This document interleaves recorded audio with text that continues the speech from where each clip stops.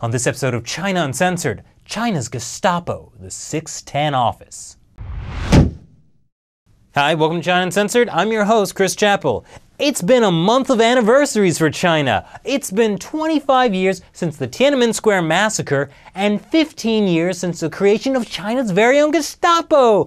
Congratulations. Okay, so sometimes anniversaries in China aren't exactly cause for celebration.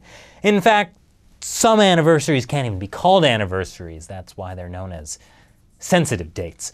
Now, I don't want to surprise anyone, but China has no rule of law. I mean, sure, they have courts, police, lawyers, all kinds of law-ishy type things, but the law-ish can be trumped at any time by any and all decisions made by the Chinese Communist Party. For instance, did you know, according to the Chinese Constitution, Chinese people enjoy the freedom of speech, of the press, of assembly?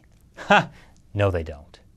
So 15 years ago, or 16 years if you're watching this in 2015, or in the old times before the fall if you're watching post-zombie apocalypse, China got its very own scary Gestapo-like force called the 610 office, June 10th.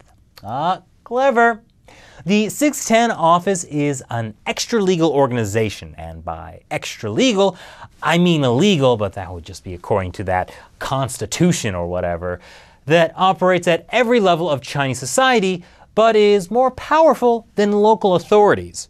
According to a report to the European Parliament, there are thousands of branches of the 610 office throughout China at provincial, district, municipal, and neighborhood levels, and they answer directly to the Communist Party's Central Committee.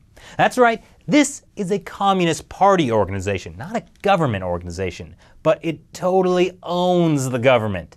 They do fun things like carry out extrajudicial sentencing, re-education, torture, and kill folks who aren't really guilty of any crime. I mean, that's why they don't go through the courts. Chinese human rights lawyer Gao Zhisheng, current whereabouts, a remote prison in Xinjiang province, said this about them. The immoral act that has shaken my soul most is the 610 office and policemen's regular practice of assaulting women's genitals. Of those persecuted, almost every woman's genitals and breasts and every man's private parts have been sexually assaulted in a most vulgar fashion. Wonderful. Not to worry though, it's not like the 610 office just arbitrarily targets anyone in China. They only arbitrarily target Falun Gong practitioners, and they're just a dangerous cult. That's at least what the Communist Party says, just like how they say those students in '89 were counter-revolutionaries and criminal elements. I mean, only 1 in 12 people in China were practicing Falun Gong, according to official figures, so it's not like the 610 office is targeting a huge segment of Chinese society. If you saw my series about Falun Gong, you've heard me mention the 610 office before.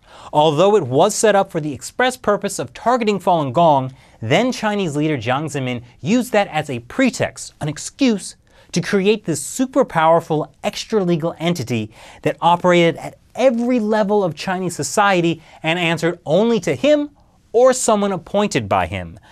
Maybe you can imagine a political advantage to being the founder and head of your very own personal secret police. And so it might surprise you to find out that over the years, the organization grew more powerful and gasp, did not just stop at the 1 in 12 Chinese citizens practicing Falun Gong. In 2003, the 610 office changed its official name from the Central Leading Group for Dealing with Falun Gong to the Central Leading Group on Dealing with Heretical Religions, and also began targeting other cults, like Buddhism and Christianity. And apparently, according to The Economist, that also included people like Chen Guangchen. You might know him as the blind human rights activist who opposed the government forcing people to have abortions and sterilizations. Good thing the 610 office was there to protect the people from such a crazy cultist. Just recently, 3 Chinese lawyers tried to draw attention to a black jail run by the 610 office. They were tortured. But hey, you know what? If I were your average Chinese citizen, I wouldn't be worried. Just because they first came for Falun Gong, then the Buddhists and the Christians, then the lawyers, doesn't mean they'll ever come for me, right?